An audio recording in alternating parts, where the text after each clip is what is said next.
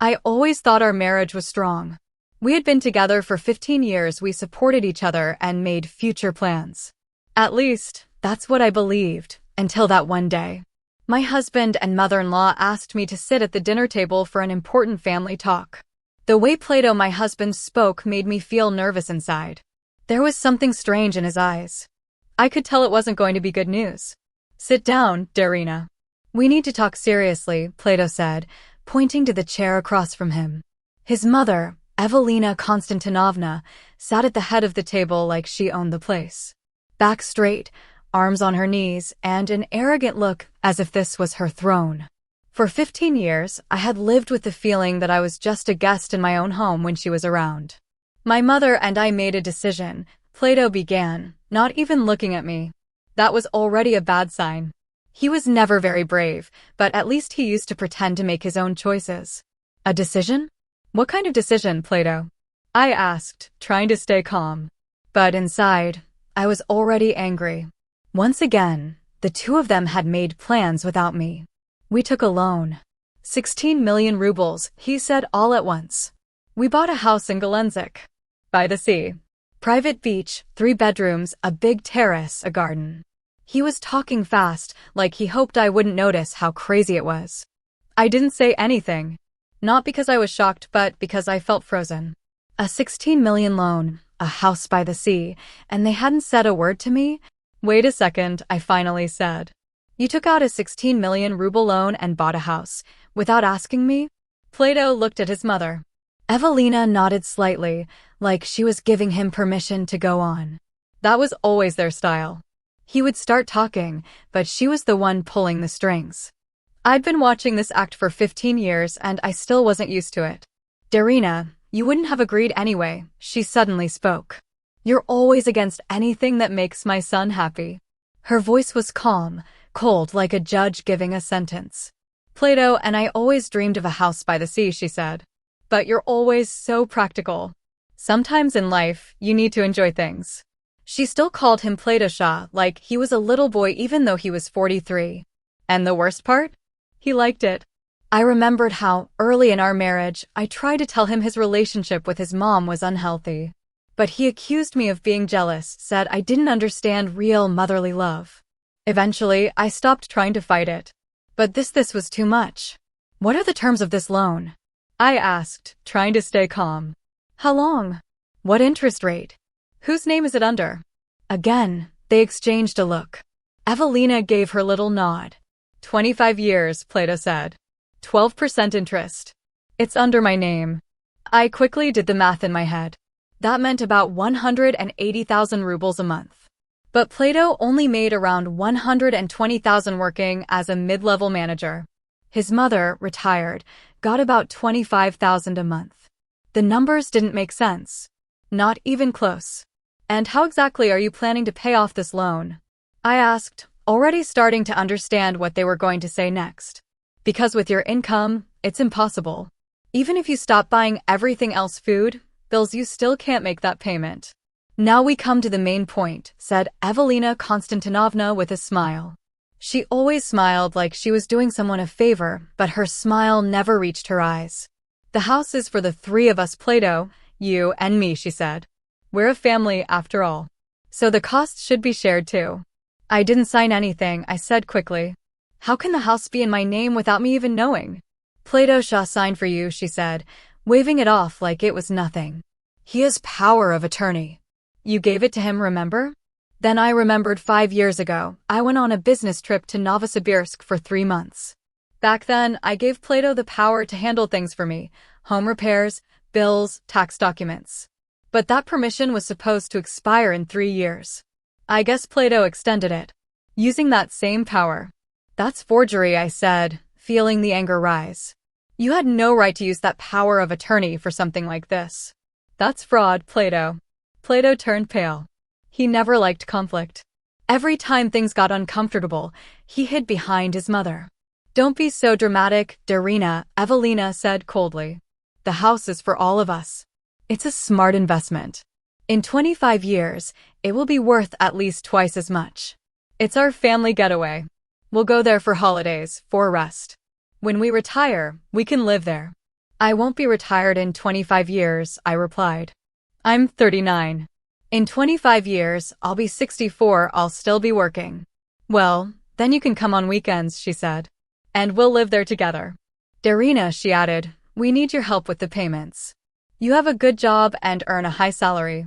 It won't be hard for you to pay a share of the loan. I worked as a financial director in a pharmaceutical company. Yes, I earned almost 3 times more than Plato.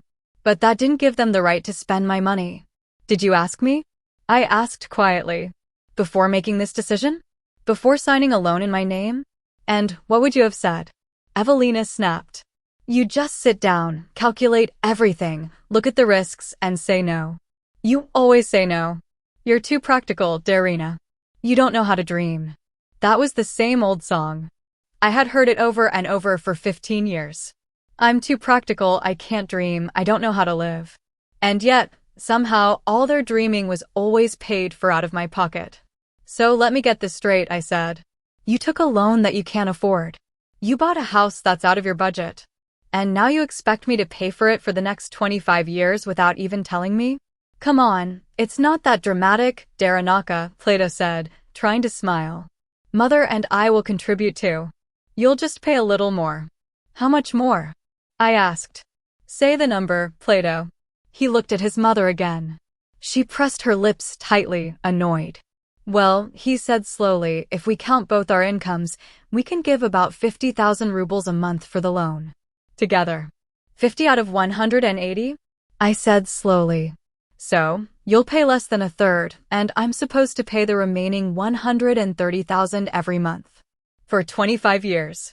For a house I didn't agree to. For a decision that was made behind my back. But it's our house, Plato said.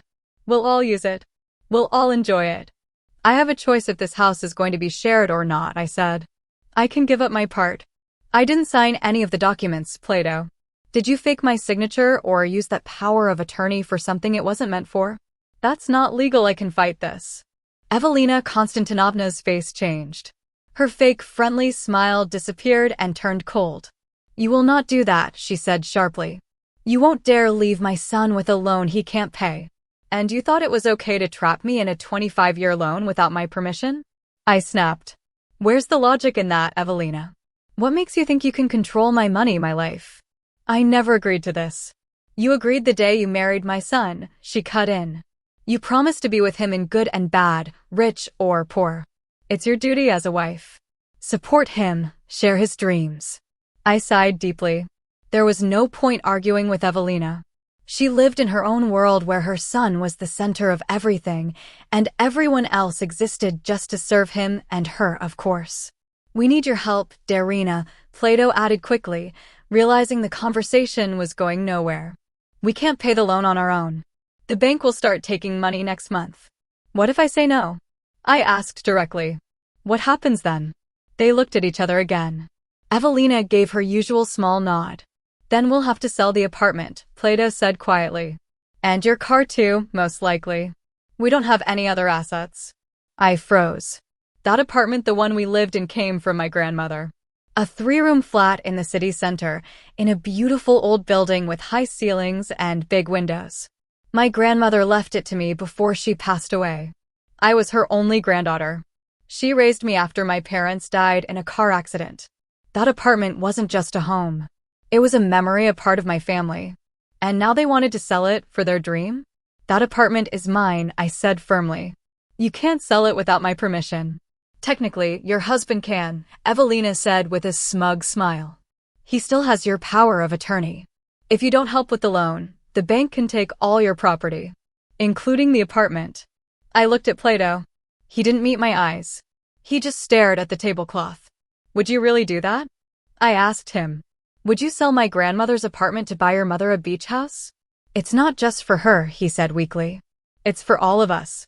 And we're not selling your apartment, we're just asking you to help with the loan payments. You're blackmailing me into paying by threatening to take my home, I said. Not blackmail, Evelina corrected me coldly. Just stating the facts. If you don't help, we'll have to find the money somewhere else. That means selling assets. We don't have any other choice. I looked at these two people I had spent 15 years of my life with, and I didn't recognize them. Or maybe I was seeing them clearly for the first time. No masks, no kindness. Just selfish, calculating people who were willing to use me to get what they wanted. I'll think about it, I said quietly and stood up from the table. I need time. There is no time, Evelina snapped. The first payment is due in 2 weeks. 180,000 rubles, and then every month after that. So make up your mind, Darina. Either pay or say goodbye to your apartment and your car. I looked at her and felt something crack inside me. Not my heart, something deeper. Maybe it was the illusions I'd held onto all these years. That I had a loving family. That my husband respected me. That my controlling mother-in-law cared, even just a little, about what I wanted. Well, now I knew the truth. All right then, Evelina's look seemed to say. You're going to sell your apartment and pay off our loan. And probably your car too. And don't even think about arguing. Evelina Konstantinovna poked her finger at me. I looked at both of them and felt strangely calm. Like everything had already been said, all the decisions made, and all the masks taken off. I smiled not with anger or sadness, just calmly. And something in that smile made them both uncomfortable. Maybe it was because they had never seen me like this before. Without saying a word, I turned and left the room. I needed to think. I needed a plan. And I knew one thing for sure, that plan would not include paying off their loan or selling my apartment. The next day, I did something no one expected. Something that changed all our lives. But before I tell you about that, I need to explain how Plato and I ended up together in the first place.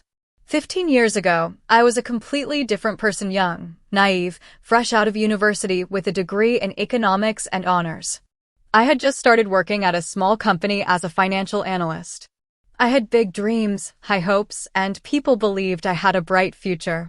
That's when I met Plato. It was at a company party. He worked at a partner company and came with his coworkers. He was tall, had a gentle smile, and kind brown eyes. He walked up to me and asked if I wanted to have a drink and chat. I said yes. We talked the whole evening. He was so attentive, so interested in everything I had to say. He asked about my plans, my dreams, my goals. No one had ever shown me that kind of attention before. We started dating. Plato was charming, caring, romantic. He brought me flowers, took me to restaurants, planned little surprises. I was swept away by it all, by the feelings, the attention, the love I had always wanted. My parents died when I was 7. I only remember bits and pieces of that day: the rain, the doorbell, people in uniform saying something about an accident, and then my grandmother taking me in. She was quiet but strong. She raised me alone and gave me everything she could: love, care, and education. But she was never very emotional. Maybe she was afraid to get too close. She had lost her own daughter, my mom, and maybe she was afraid of losing me too. So when Plato came into my life with warmth and care, I felt like I had finally found what I was missing. I believed this was love. Real love. I didn't notice the warning signs.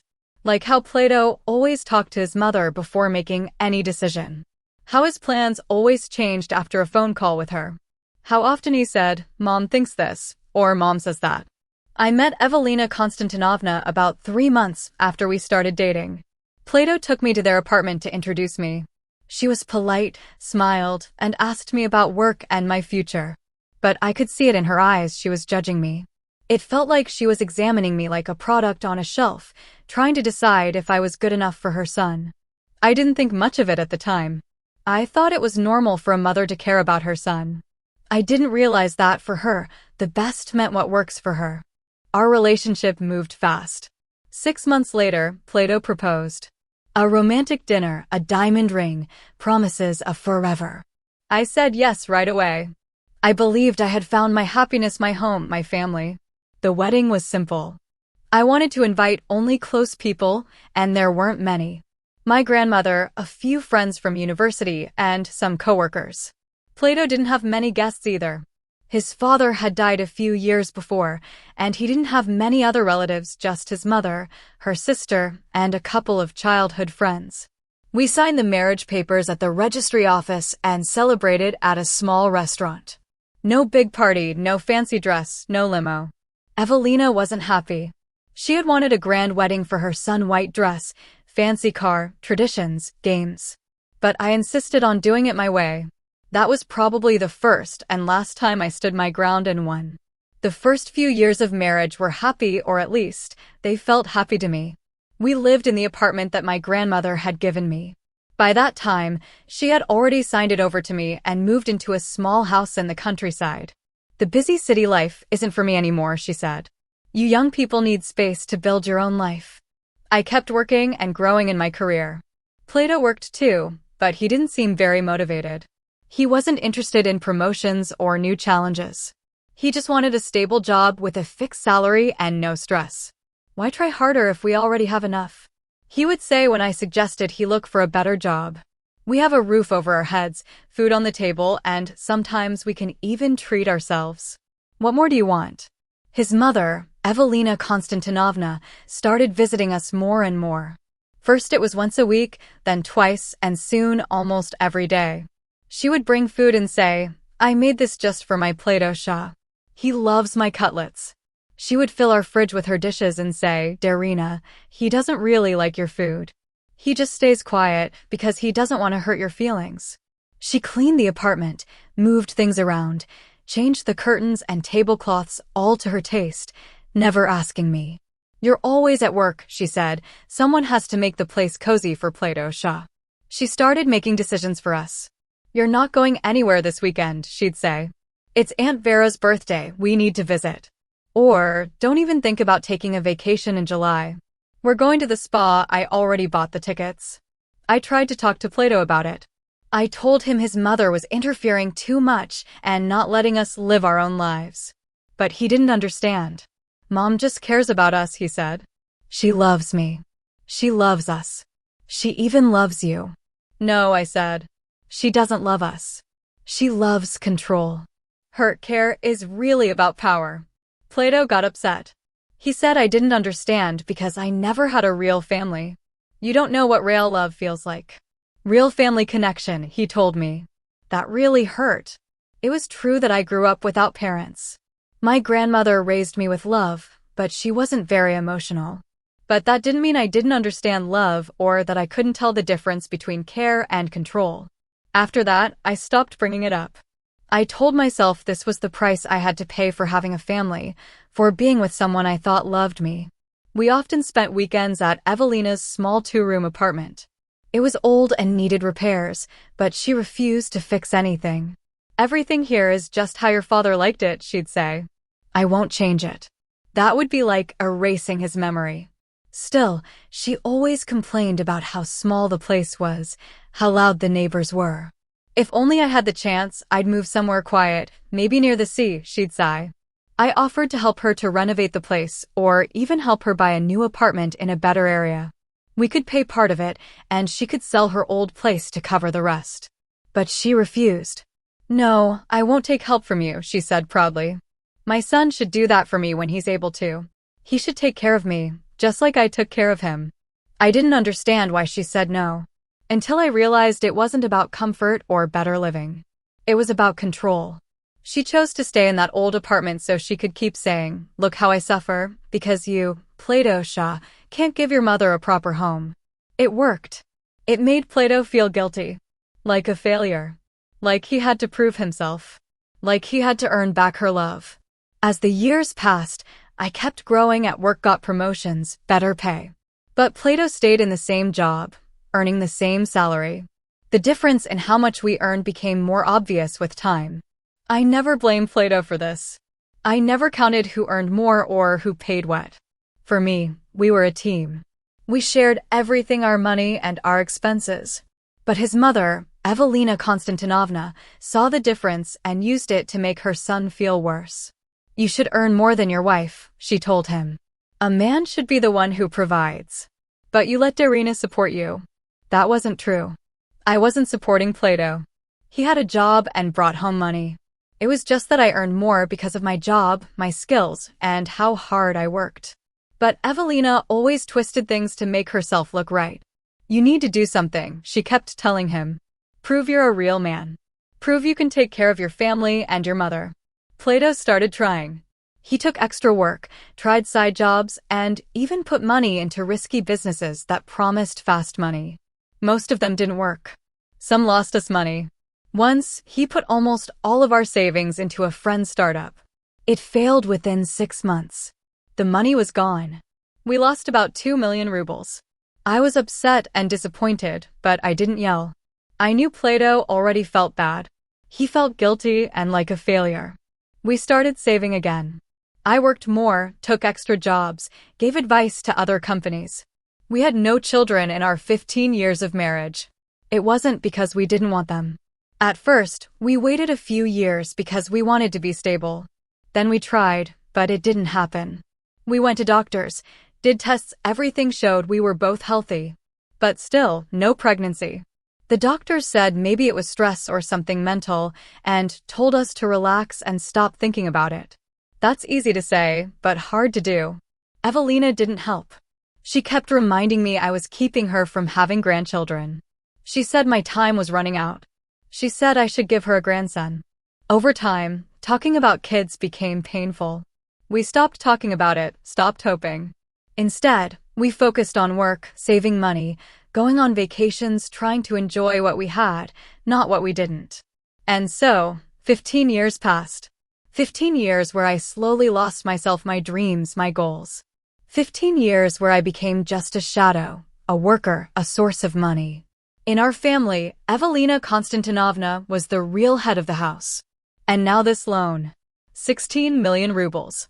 A house by the sea. And they expected me to pay most of my salary for a loan I didn't even know about. They even threatened to sell my apartment, the only thing I had left from my grandmother, the only memory of my real family. That was the final straw. That night, all my illusions broke. I saw the truth clearly, without excuses. I saw a husband who never truly loved me, respected me, or appreciated me. He stayed with me because it was easy, because I gave him a good life, a nice apartment, and financial comfort. I saw a mother-in-law who never saw me as family, only as competition for her son's love, and as a wallet. And I saw myself a woman who let herself be used, lied to, and manipulated for 15 years. A woman who took crumbs of attention and called it love. Who excused selfishness and called it family. That night, I didn't sleep. I lay in bed, listening to Plato breathe next to me. I thought about my life, my choices, my future. And I asked myself, am I really going to spend the next 25 years living like this? Giving my time, money, and energy to people who only see me as a bank account? And I made a decision. A decision that changed everything. The next morning, I got up early while Plato was still asleep. I packed only the most important things, my documents and laptop. Quietly, so I wouldn't wake him up, I left the apartment and got into my car. I drove to the bank where Plato and I had a joint account. I withdrew all the money, around 3 million rubles. It was our shared savings, but I had every right to it. I earned most of it myself. Next, I went to the notary and canceled the power of attorney I had given Plato 5 years ago. Now, he could no longer sign documents for me, access my property, or make decisions on my behalf. Then I drove to my office. I asked to speak with the general director, a man I had a good working relationship with. I explained everything honestly. I needed to move out immediately and take care of personal problems. Vitaly Arkadyevich listened quietly and patiently. When I finished, he nodded and said, Darina, I've always known you're a valuable employee and a great specialist. We don't want to lose you. How can I help? I was shocked. I had expected to quit my job, look for new work, and start over from scratch. I need a few weeks off, I said, to take care of legal issues, find a new place to live, and hopefully start working remotely for a while. No problem, he said. Take as much time as you need. We'll set up remote access for you. And for housing, the company owns a service apartment in a new complex. It's usually for visiting partners, but it's empty now. You can stay there for as long as you need. I was deeply moved. I never thought I'd get such kindness and understanding, especially from someone I saw as a strict boss focused only on results. But he showed me real care and support. That same day, I moved into the service apartment. It was small, but clean, modern, and had everything I needed. From there, I called my university friend Margarita. She's a lawyer who works in a big firm and specializes in family law. She came over after work, listened to everything, and checked the documents I had. This is serious, but not hopeless, she said. Canceling the power of attorney was a smart move. Now Plato can't control your property. As for the house and the loan, we'll need to look at all the paperwork. If he signed you up as a co-borrower without your knowledge, we might be able to fight it. But we need to get all the documents from the bank and real estate office first. I listened carefully to her advice. For the first time in a long time, I felt like I wasn't alone. I had help. I had hope. There was a way out. Then Margarita asked directly, "What about divorce? That's what you're planning, right?" I took a deep breath. The word still felt scary. After 15 years of marriage, 15 years of my life, it was hard to say. But I knew there was no other way. "Yes," I said firmly. "I want a divorce. Quickly, and with as little damage as possible." "Then we have to act smart," Margarita said. "First, protect your money and assets. Then file for divorce. And be ready, they won't go down without a fight. Especially Evelina. She'll try everything to make you pay their loan or give up your apartment." I knew she was right. I knew a battle was coming. But for the first time in a long while, I felt strong. I had a clear goal. And I was ready to fight. That night, after Margarita left, it was already late. She had given me a clear plan of what to do next. My phone kept ringing. Plato was calling over and over again. But I didn't answer. I wasn't ready to talk to him, listen to his excuses, or get into a fight. First, I needed to think clearly and protect myself. The next day, I followed Margarita's plan. First, I went to the bank where the loan was made. I introduced myself and asked to see the loan papers, the ones where I was supposedly listed as a co-borrower. A young bank worker looked into the system, then called a senior manager. The manager, a tired-looking woman, checked my passport and compared it to the signature on the loan contract. "You're listed as a co-borrower," she said. "But this signature doesn't match your real one." My heart raced. That meant Plato hadn't just used my power of attorney, he had faked my signature. That wasn't just betrayal. That was a crime. "I want a copy of this loan contract," I said. "And a letter from the bank saying the signature doesn't match my ID." The manager frowned. "This is serious. If you're saying the signature was forged, we have to start an investigation. And if it's true, we'll have to report it to the police." I nodded. "I understand. And I want that investigation. I didn't sign this loan, and I never agreed to be a co-borrower." I stayed at the bank for hours. I wrote a statement, gave my side of the story, and signed all the needed papers. They gave me copies of everything: the loan contract, the apartment purchase agreement, the insurance, and more. I studied each one. My signature was on all of them, but it was clearly fake. Sloppy, rushed, and nothing like my real handwriting. From there, I went to the government office, Rose Reister, to check the documents for the house. Again, I found the same thing: fake signatures. According to the papers, the house belonged to 3 people: Plato, his mother, and me. But I had never signed anything like that. With all the documents in hand, I went back to Margarita. She looked everything over, took notes, and highlighted the important parts. "This is actually better than I expected," she said. "The fake signature is obvious. A handwriting expert will easily confirm it.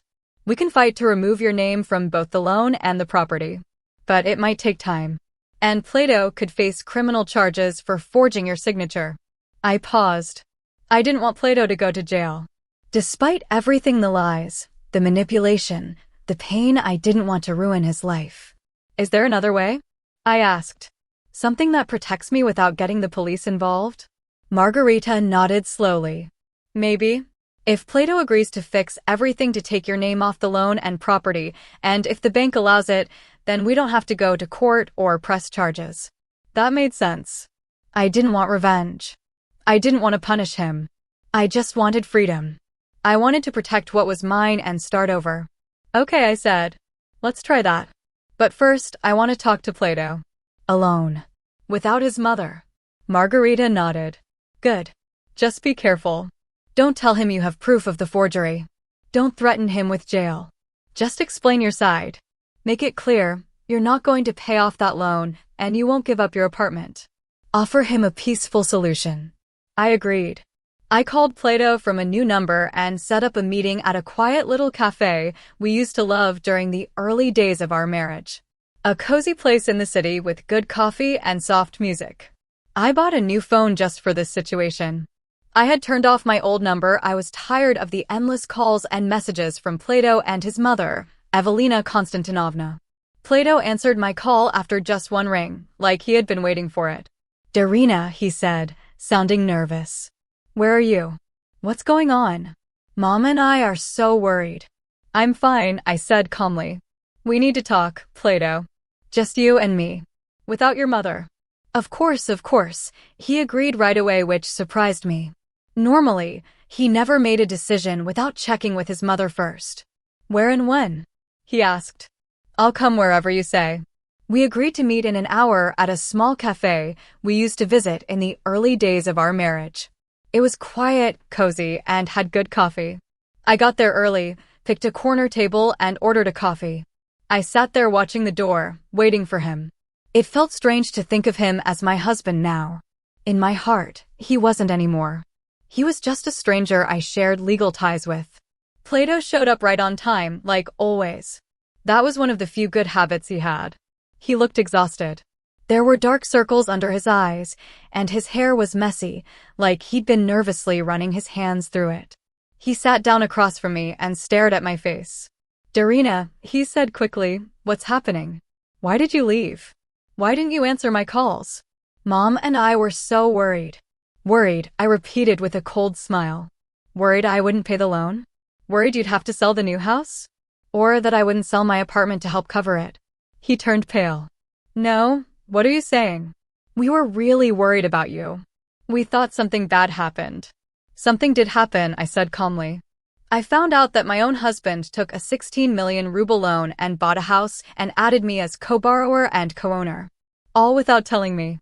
Without asking. And, even worse, you forged my signature on the documents. Then you tried to make me pay the loan by threatening to sell my apartment." Plato looked at me, eyes wide with fear and shock. He realized his plan had failed. "Darina, please let me explain," he said. "It's not what you think. I never meant to lie to you. It's just, my mom dreamed about that house her whole life. She gave up everything for me. I wanted to give her something back. But the bank needed someone with good credit. I had no choice." "There's always a choice," I said firmly. "You could have come to me honestly. Told me what you wanted. We could have discussed it and found a way that worked for both of us. But you chose to lie, to fake my signature." "I knew you'd say no," he said quietly. "You were always against spending money on my mom. You always said we needed to save and think about the future. I was against wasting money," I corrected him. "Against your risky investments that always failed. Against pretending we were richer than we were. But I was never against helping your mother in smart ways. I offered to help her fix her apartment, buy furniture, or even move to a better place. She didn't want that because she didn't want comfort. She wanted control. Control over you, your choices, and our lives." Plato didn't say anything. He looked down. I could tell my words hit him hard. Maybe deep down, he knew I was right. Maybe he realized he'd let his mother control everything. But he couldn't say it out loud because that would mean admitting his whole life had been built on lies. "So now what?" he finally asked. "What do you want, Darina?" "I want a divorce," I said clearly. "And I want you to remove my name from the loan and the house ownership."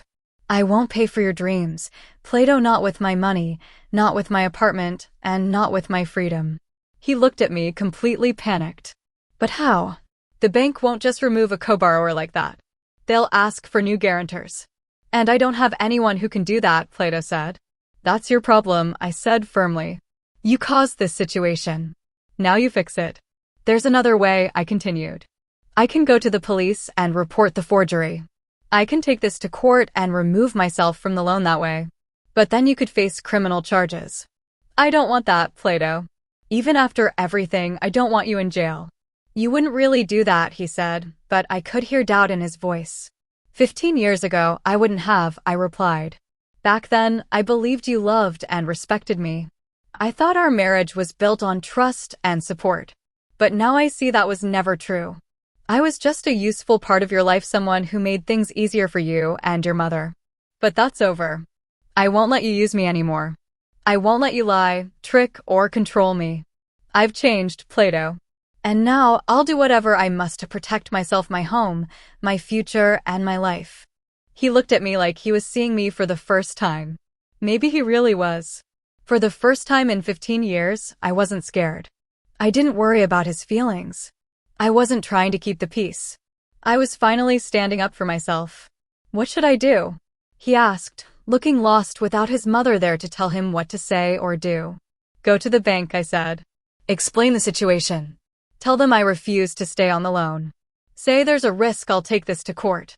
Ask them to renegotiate. Offer new guarantees. Find someone else to co-sign. It's hard, but it's possible. And if it doesn't work? He asked nervously. Then sell the house. Pay off the loan. Start over. No debt. No lies. No games. But Mom will be furious, he whispered. She won't be able to handle losing the house. It's her dream, her plan for retirement. Dreams should match reality, I said. Your mom lived in a fantasy world and forced everyone to go along with it. Maybe it's time she faced the truth. Maybe it's time you did too. Plato stayed quiet. I could see he was fighting with himself, afraid of his mom, afraid of change, afraid of responsibility. But maybe, deep down, there was a tiny spark of hope. Hope for freedom. Hope to live his own life, finally. I'll think about it, he said at last. I need time. You've got 1 week, I said clearly. After that, I'll go to court and the police. Either you take me off the loan and house peacefully, or we go the hard way. Your choice, Plato. I stood up and placed money on the table for the coffee. He looked up at me, confused and uncertain. And what about us? He asked quietly. Our marriage, our family? Our marriage ended a long time ago, I said. What's left is just paperwork, and I plan to end that soon, too. You can stay in the apartment until you find a new place. And as for the 15 years we spent together, I don't think they were a waste. I learned a lot. I learned to see people as they really are, not how I wish they were. I learned to value freedom, independence, and self-respect. So in a way, Plato, I'm even thankful to you. Thank you for the lesson. With that, I turned and walked out. I didn't look back. I didn't hesitate. For the first time in years, I felt free. I knew I was finally walking my own path, not the one someone else had chosen for me. That evening, back in my temporary apartment, I felt peace. Not numbness. Not sadness. But real, deep peace. I knew I made the right choice. I was finally standing up for myself and building my life on my own terms. I didn't know what Plato would decide. Would he take the easy way and remove me from the loan and house ownership? Or would he choose to fight, go to court, maybe even risk getting into legal trouble? I also didn't know how his mother, Evelina Konstantinovna, would react when she found out what we talked about and that I was serious about standing up for myself. But one thing was clear, I would no longer be the victim. I wouldn't let them use me, lie to me, or take away my right to be happy and free. I had become stronger. And that strength scared Plato, scared Evelina, and probably scared everyone who was used to the old version of me, the one who was quiet, easy to control, and always said yes. They had no idea that this was only the beginning. The next day, I did something no one expected, something that would change everything. I went to a notary and made a will for my apartment. But I didn't leave it to Plato, like people might expect. I left it to a small charity that helps orphans, children like me, who lost their parents. It was my way of saying, you will never use fear or threats to get my property. Even if something happens to me, you and your mother will never get this apartment. Then I went to the phone company. I requested a full list of all the calls and messages made from our home phone and Plato's mobile phone over the last 5 years. I remembered strange numbers, unexplained late meetings, and sudden business trips. I never asked questions back then. I wanted peace. I wanted to believe the best. But now I needed to know the truth. Finally, the most important thing, I hired a private detective agency. I asked them to investigate Plato's and Evelina's financial records for the past few years. Every account, every loan, every investment. I especially wanted to know what happened to the money that supposedly disappeared in Plato's friend's failed business. Was it really lost? Or was it hidden somewhere? This was a big step for me.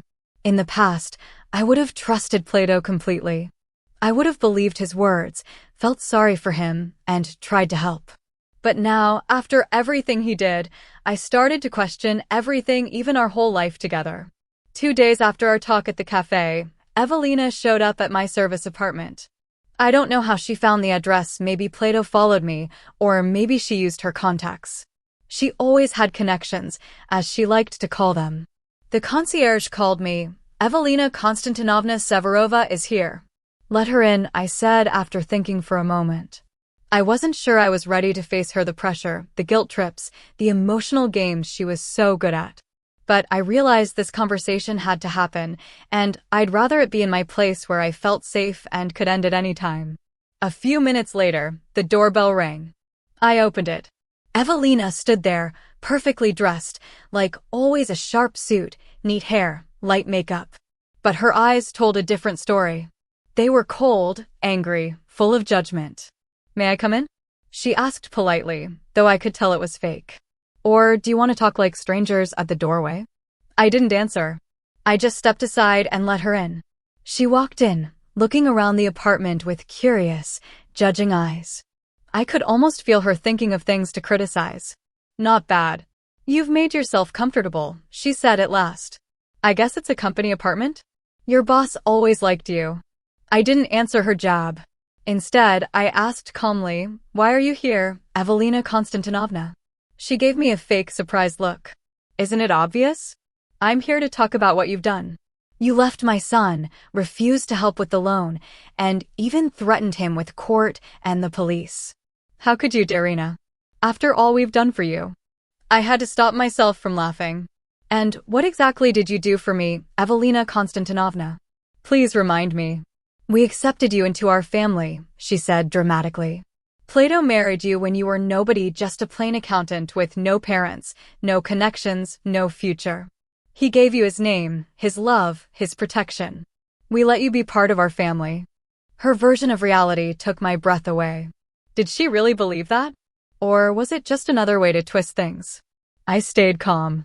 Let me remind you of the truth, Evelina Konstantinovna. When I married Plato, I was already a successful financial analyst with savings, a car, and an apartment in the city. I had a growing career and good income. Plato didn't give me anything. We married as equals. Or at least, I thought we did. You always looked down on him, she snapped.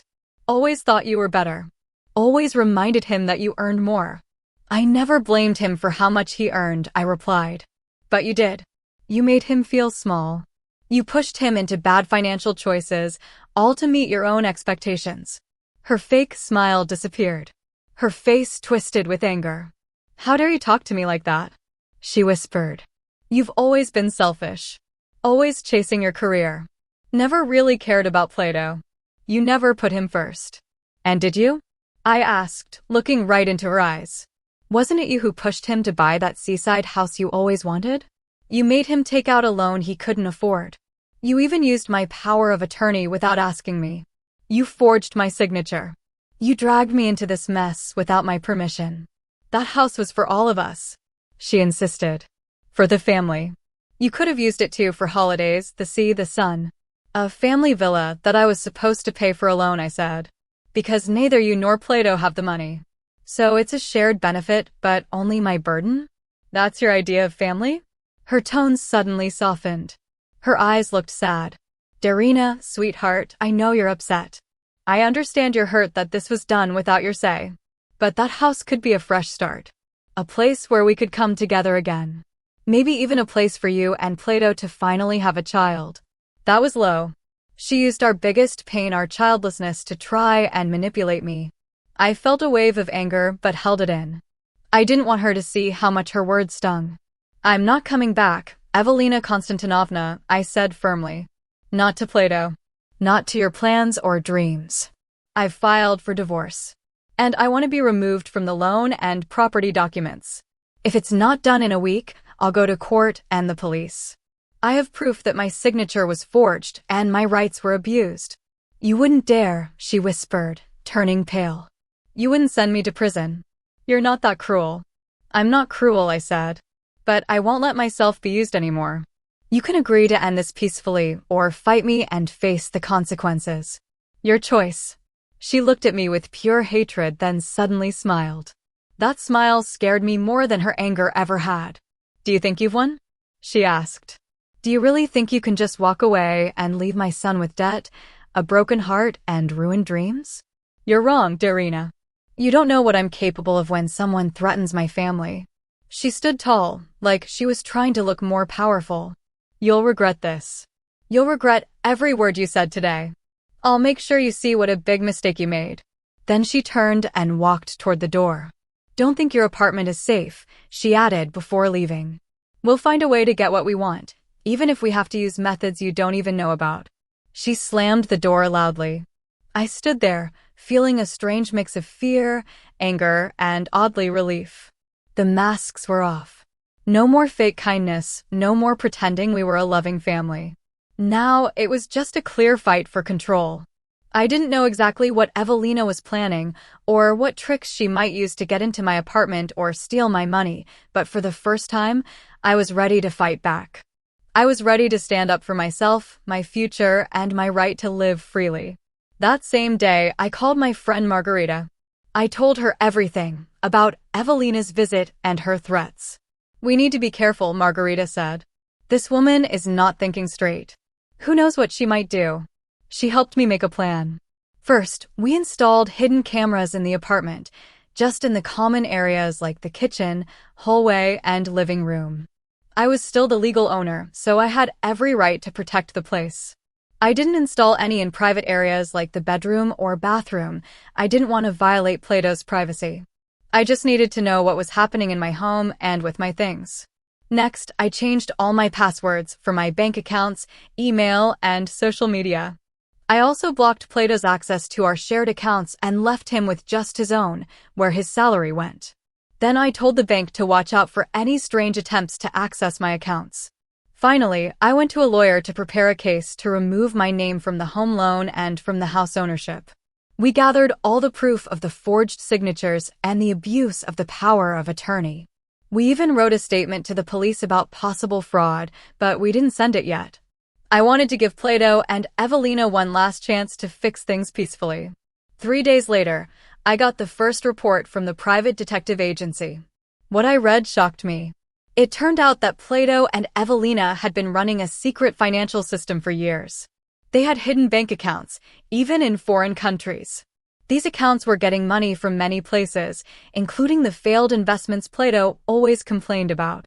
The 2 million rubles that supposedly disappeared in a startup? It was actually sent to a Baltic bank account. From there, the money was moved around and used for purchases, including the down payment for that dream beach house Evelina kept talking about. I stared at the detective's report, stunned. For years, Plato had been lying, not just little lies or hiding conversations with his mom. He had been secretly taking the money I mostly earned and using it for himself and for Evelina. All that time, he acted like a poor man who needed my support and understanding. I felt a huge wave of anger and hurt rise up inside me. I spent 15 years of my life with someone who lied to me again and again. 15 years of trust, support, and love, all given to a man who only saw me as a source of money. A way to reach his goals. That was the moment I made up my mind. No more compromises. No peace talks. I was going to fight for my rights, for my property, and for my freedom using every legal option I had. I was going to make Plato and his mother, Evelina Konstantinovna, pay for what they did. The very next day, I filed a court case. I asked to be removed from the house ownership and from the loan contract. I added proof that they had forged my signature and used legal documents without my permission. I also went to the police and reported Plato for fraud for taking money from our shared accounts, lying about fake investments, and faking documents. The response came quickly. That same evening, Plato called me. His voice was shaking with anger and fear. "Are you crazy?" he yelled. "You went to the police? You're accusing me of fraud? Do you want me to go to jail?" "I want justice, Plato," I said calmly. "I gave you a chance to fix things peacefully. I gave you a week to remove me from the house and the debt. You didn't do it. And now," I continued, "I know about your secret accounts. I know how you've been stealing our money for years. You used that money for yourself and for your mother. That's a lie, he snapped. You made it up. You don't have any proof. I do have proof, I replied. I have bank statements, money transfer records, everything. I had an investigation done. I know exactly where the money went, including the 2 million rubles you said were lost in a bad investment. That money paid for the house by the sea. There was silence on the phone. Then I heard him speak again, but this time his voice was cold and angry. You'll regret this, Darina. We won't let you destroy our lives and our plans. You don't know what we're capable of. Was that a threat? I asked, trying to stay calm even though my heart was racing. I'm recording this call, Plato. If you threaten me, I'll go straight to the police. He went quiet. I could hear him breathing heavily. This isn't a threat, he finally said. It's a promise. We're not giving up without a fight. You'll see you messed with the wrong people. Then he hung up. I sat there holding the phone, feeling a chill run through me. That wasn't the Plato I knew. Not the soft, quiet man who used to lean on his mother for everything. This was someone else, hard, angry, dangerous. I immediately called Margarita and told her everything about the phone call and the threats. We need to take extra safety steps, she said seriously. These people are desperate. And desperate people can do dangerous things. So, on Margarita's advice, I called a security company. I added more security to my apartment. I even hired a bodyguard to walk with me to and from work. It felt like too much, maybe even paranoid. But better safe than sorry. 2 days after I went to court, I got an unexpected call from the police. A woman introduced herself over the phone. You don't know me, she said, but I know you. I'm the ex-wife of your husband's friend, German Alkovsky. German Alkovsky. That name sounded familiar to me. It was him, the same man who had taken our 2 million rubles years ago for a so-called promising startup. How did you know to call me? I asked, trying not to show my shock. I heard you filed a lawsuit against your husband for financial fraud, the woman said. And I thought you might be interested in what I know about your husband, his mother, and their business with my ex-husband. Her name was Veronica. We agreed to meet at a small cafe in the city center. I brought a bodyguard with me. He stayed outside, watching everything. Veronica was around 40, stylish and confident. She sat across from me and placed a folder full of documents on the table. I divorced Herman 3 years ago, she said, getting straight to the point. That's when I found out about his dirty deals, fake companies, schemes to steal money. He tricked investors, convinced them to give money to fake projects, and then the money disappeared. They told people the projects failed, but in truth, the money went into secret accounts. As she talked, every word confirmed my worst fears. My husband was one of the investors, right? I asked. Veronica gave a sad smile. No, your husband was Herman's partner. They worked together. Plato found people he knew, friends, family, coworkers, and convinced them to invest. He got a cut of the money. In your case, he just used your shared savings and pretended it was an investment. I felt like the ground disappeared beneath me. Plato didn't just lie to me, he was part of a criminal scheme. He tricked not only me but many others. And Evelina Konstantinovna? I asked. I already knew the answer. She knew, Veronica said with a bitter laugh. She was the mastermind. She used to work in a bank and knew all the loopholes in the law. She created the plans. Plato and Herman carried them out. It was a full family business. Veronica opened her folder and showed me documents, account statements, transfer records, screenshots, messages, real proof that Plato and his mother had been running a fraud operation for years. Why are you sharing all of this with me? I asked. Veronica looked me straight in the eyes. Because I was once in your shoes, she said. I believed in my husband's love, his honesty. And then I found out the truth. I tried to fight back, but I was alone. It was too hard. They have money, connections, and know how to hide everything. I only got a small part of what I deserved in the divorce. I don't want you to go through the same thing. I want you to have everything you need to fight back. I was touched by how honest and kind she was. Are you willing to testify in court? Are these documents legal? I asked. Yes, she nodded. I'm ready. And I know others who were also tricked. They might be willing to speak up too. People who lost money and want justice. That day, I gained more than just proof against Plato and Evelina Konstantinovna. I found an ally. Veronica became more than a source of information, she became my support. She had been through it all and come out stronger, smarter, braver. With her help, we found other victims of Plato, Evelina, and Herman. We created a group and filed a class action lawsuit with solid evidence. We sent everything to the police, the prosecutors, and the financial authorities. And the response came quickly. A week after I met with Veronica, someone knocked on the door of my service apartment early in the morning. When I opened it, police officers were standing there. "We have an arrest warrant for Platon Severov," one of them said.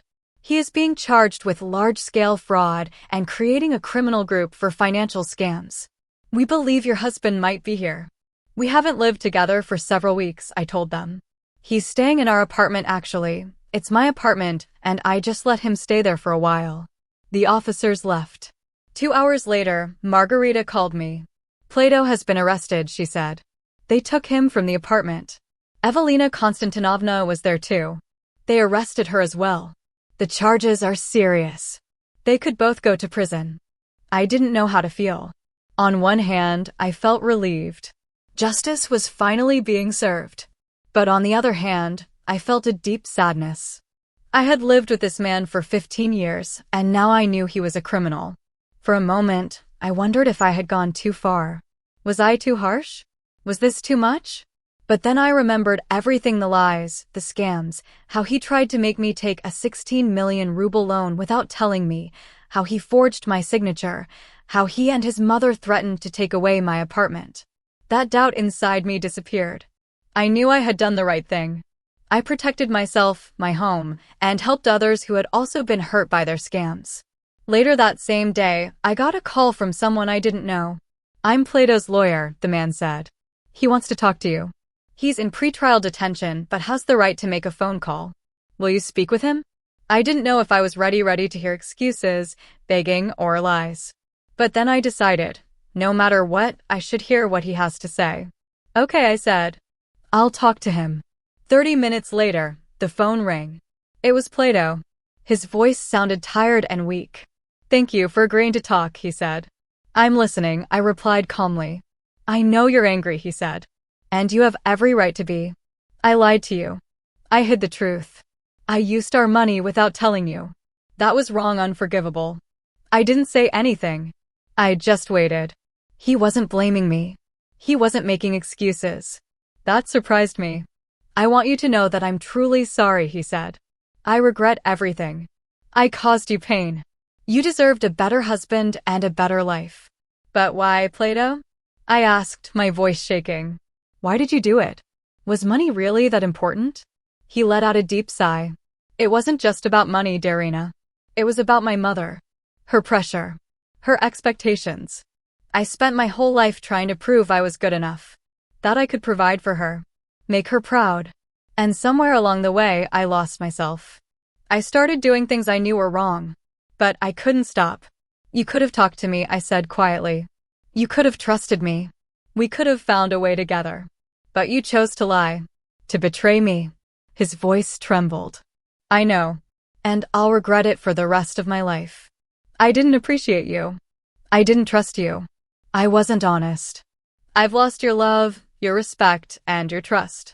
And I'll never forgive myself for that." We sat in silence. I didn't know what else to say. Every word felt empty after everything that had happened between us. "I won't ask you to forgive me," Plato finally said. "I don't deserve it. And I won't ask you to take back your statement or cancel the case. I committed a crime and I'm ready to face the punishment. I just want you to know that I didn't do it out of hate or to hurt you. I was just weak. Too weak to stand up to my mother, to choose the right path, to be the kind of man you deserved." Tears rolled down my cheeks. They weren't just for Plato or our marriage, they were for the life we could have had. For those 15 years we might have lived in love, trust, and honesty. For the dreams and hopes that reality destroyed. "Goodbye, Plato," I said softly. "I hope you find the strength to change. I hope you become better than who you are now." "Goodbye, Darina," he replied. "And thank you for everything good you gave me over the years. For your love even though I didn't deserve it. For the lessons, I hoped they weren't wasted. I ended the call and sat there for a long time, staring into space.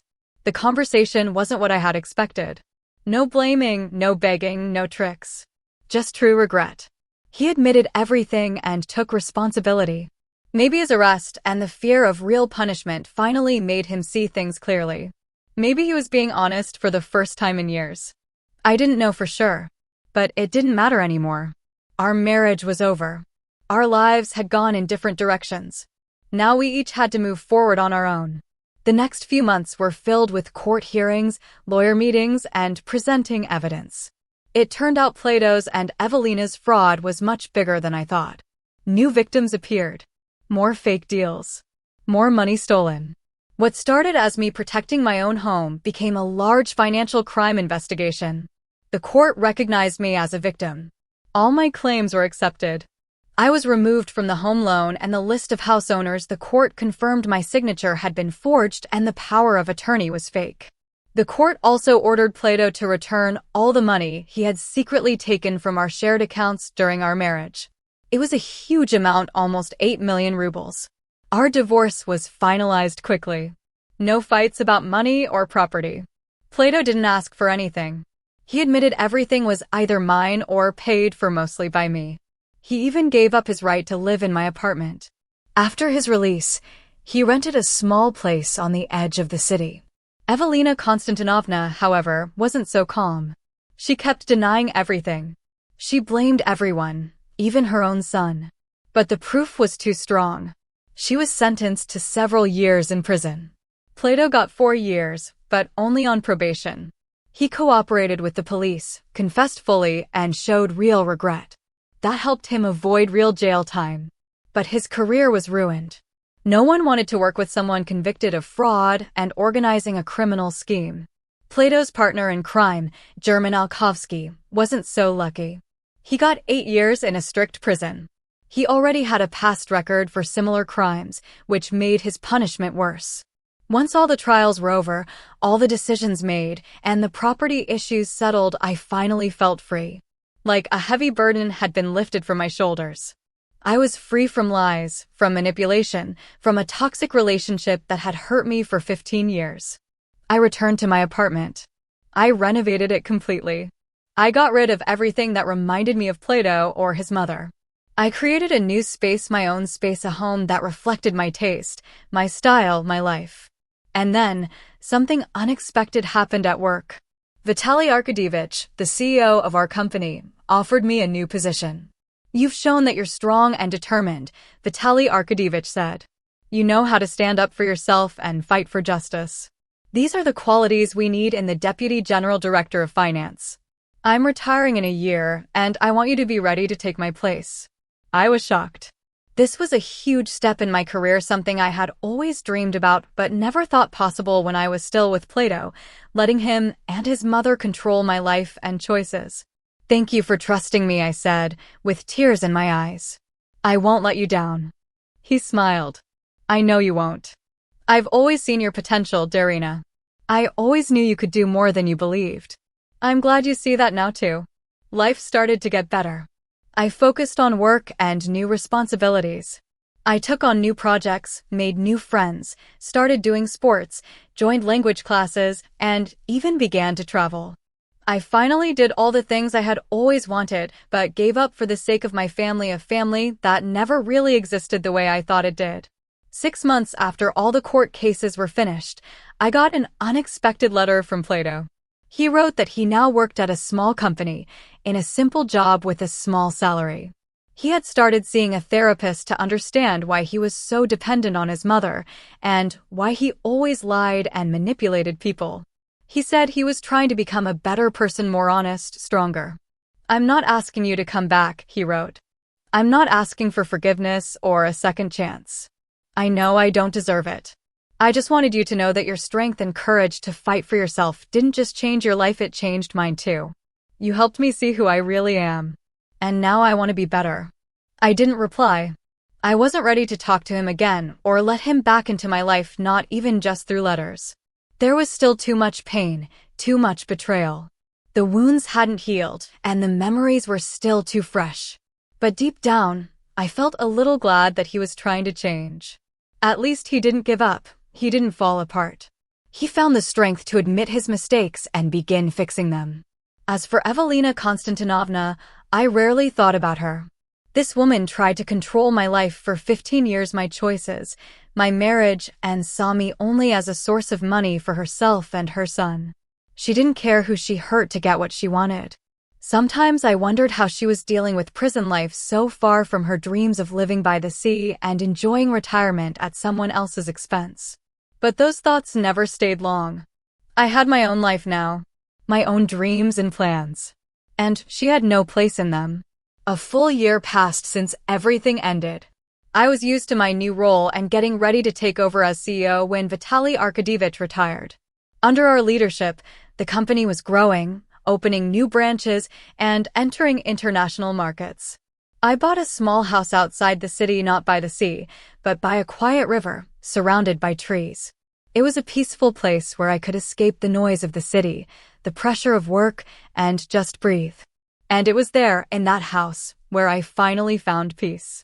Not just quiet, but true peace.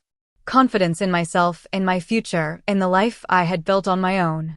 I had almost lost my confidence after living for 15 years with a man who only saw me as a way to get what he wanted. One evening, while sitting on the terrace of my new house and watching the sun go down over the river, I suddenly understood something. I was grateful. Grateful to Plato and his mother, Evelina Konstantinovna, for their last and biggest lie, the 16 million loan, the house by the sea, and their threats to sell my apartment. Because that's when they finally dropped their masks and showed me who they really were and what they really wanted. Without that moment, I might have kept living in a dream, wasting my time and energy on people who didn't love me, didn't respect me, and never truly cared about me. I would have kept sacrificing my dreams, goals, and happiness for the idea of family that only existed in my imagination. Their betrayal set me free. It helped me see the truth. It forced me to make a hard decision, face the pain, and move on. But in the end, I became stronger, wiser, and truly happy. I found my path, my voice, my power. And strange as it sounds, I was thankful to them for that. A year and a half after I started my new life, I got a call from Veronica, the ex-wife of German Alkovsky, the man who helped me expose Plato and Evelina's fraud. "Have you heard the news?" she asked, without saying hello. "What news?" I said. I'd been busy getting ready for a big work presentation and hadn't been paying attention to anything else. "Evelina Konstantinovna died," she said. "She had a heart attack in prison." I froze. I didn't know how to feel. I wasn't happy, but I didn't feel sad either. No joy, no revenge, no grief. Just a strange emptiness. The woman who had caused me so much pain was gone. "Does Plato know?" I asked, surprised by my own question. Why did I care? "Yes," Veronica said. "They let him attend the funeral. He was her only close relative." I thanked her and hung up. Then I just sat there, staring into the distance, thinking about how strange life is. How fast everything can change. Just 2 years ago, Evelina was dreaming of a rich life in a house by the sea, hoping to spend her old age in comfort paid for by others. Now she was gone. All her plans, all her games, all her lies, ended in nothing. I thought about Plato, his grief, his loneliness. Now he was truly alone. No mother, no wife. He lost me because of his weakness, his lies, and his betrayal. No friends, no job, no future.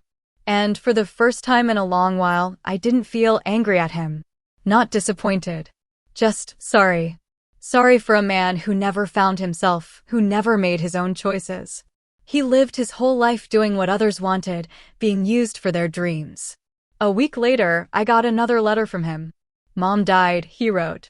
"I know you probably don't care. I know she hurt you a lot. But for me, it's a loss I can't handle. With all her faults and mistakes, she was still my mother, the only person who was always there." He wrote about his pain, about feeling alone, about how hard it was to accept that things could have been different if only he'd been braver, more honest, stronger. If only he hadn't let her control his whole life, his choices, and his relationships. "I'm not asking to meet you," he ended his message. I'm not asking for support or sympathy. I just wanted to share this with the only person who really knew me and my mother. You saw us as we really were with all our weaknesses, flaws, and mistakes. This time, I replied briefly. I didn't get emotional, but I was honest. I said I was sorry for his loss. I wrote that, even after everything that happened between us. I don't wish him harm. I don't want him to suffer or feel alone. I wished him strength to get through the pain, to keep working on himself, and to build a new life. A life built on honesty, self-respect, and his own choices, not based on what others want from him. We slowly started writing to each other. Not often and carefully. We kept emotional distance. Plato told me about his life now. His job, therapy, and how he was slowly beginning to see how many wrong ideas had guided him for years. I told him about my work, my new home, and future plans, but never about my personal life. That part of me was still too private, too hurt to be shared with someone who had once caused me so much pain. 6 months after we started writing, Plato asked to meet. Just to talk, he wrote. In a cafe on neutral ground. Not as ex-husband and ex-wife, not as enemies. Just two people who had once been close.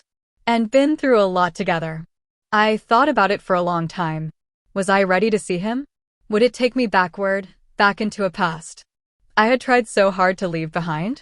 Would he try to use my feelings again? To get sympathy? In the end, I said yes. Not because I felt sorry for him, but because I needed to close this chapter of my life. To say goodbye. To move forward without the weight of unfinished business. We met at the same cafe where we last spoke before he was arrested. Plato looked different. Thinner, older, tired. His hair had some gray. But there was something new in his eyes. Clarity. Strength. Something I had never seen in him before. Thank you for coming, he said when we sat down. I wasn't sure you'd say yes. I wasn't sure either, I replied honestly. But I thought we both needed this. Not to fix things between us, but to make peace with the past. He nodded. He understood. I've done a lot of thinking since my mother died, he said. I thought about my life, my choices, my mistakes.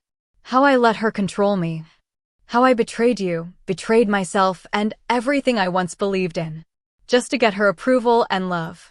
I stayed quiet, letting him speak. This wasn't the same man I once knew. Not the weak person who couldn't make decisions on his own. Who lied and betrayed for his mother's sake. This was someone more grown up. More aware. More honest. I'm not asking you to come back, he said. I'm not asking for another chance. I know I don't deserve it. I just wanted to tell you face to face. I'm sorry. I regret everything. Every lie, every deception, every time I let you down. You deserved a better husband. A better life. I looked at him, trying to see if he really meant it. Had he really changed? Or was this just another trick to make me feel sorry for him? I believe you're sincere, I said at last. I accept your apology. But it doesn't change the past, Plato. It doesn't undo what happened between us. It doesn't bring back those 15 years. We could have lived a very different life, if only you had been honest with me, trusted me, and respected me. Plato looked down. I don't expect you to forgive me, he said. I don't expect you to go back to the way things were. I just wanted you to know I understand now. I made a lot of mistakes. And I'm working on myself, not to win you back, but for me. I don't want to repeat the same mistakes. I don't want to hurt people or live a life full of lies and manipulation. We talked for a long time. About the past, the present, and the future. About how our lives had changed over the last 2 years. What we had learned, what we now understood. It didn't feel like a talk between exes or enemies. It felt like two people who had been through a lot and had grown from it, more mature, more aware, more real. When we said goodbye, Plato asked, "Can I at least stay in touch with you on VK? Not as your husband or partner, just as someone who once mattered to you." I thought about it. Did I want him in my life, even just from a distance? As someone I once knew? I don't know, I said honestly. I need time to think about what I really want. But I promise I'll think about it. He nodded. He didn't get upset. He didn't try to push me. Thank you for meeting me, he said. Thank you for listening. For giving me a chance to say sorry in person. We went our separate ways. As I walked down the street, I thought about how strange life is. Just 2 years ago, I was a married woman living in the illusion of a happy marriage. Now, I was free, independent, doing well in my career, happy in my new life. 2 years ago, Plato was a weak man, totally controlled by his mother. He would lie or betray anyone just to please her. Now, he looked like someone finally trying to grow up, trying to be honest, trying to live his own life. That's the path I started earlier, the one that opened my eyes to reality, to my own strength.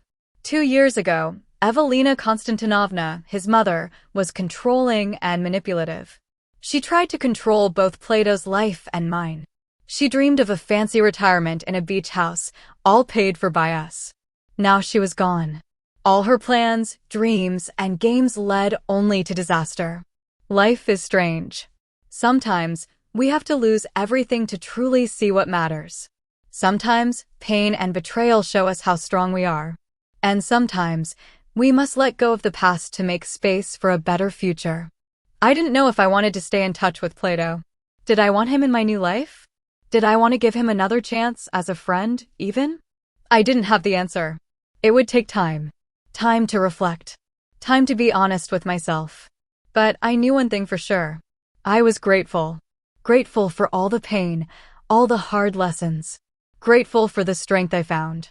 Grateful for my freedom and independence. When I remembered the day Plato and his mother told me about the 16 million ruble loan, the beach house, and their plans to take my apartment, my money, and my life, I felt calm. No more anger. No more pain. Just peace. Because that was the turning point. The moment I finally saw the truth. The moment I decided I would never be a victim again. The moment I took back my life. That was the beginning of a new chapter. A life where I wasn't just a shadow or a helper for others. I was myself. Strong. Independent. Happy. And strangely, I was thankful to both Plato and Evelina for their final, bold betrayal. For trying to trap me with debt. Because their greed and lies forced me to open my eyes. They wanted to control me, but instead, they set me free. They gave me wings. And for that, I was grateful.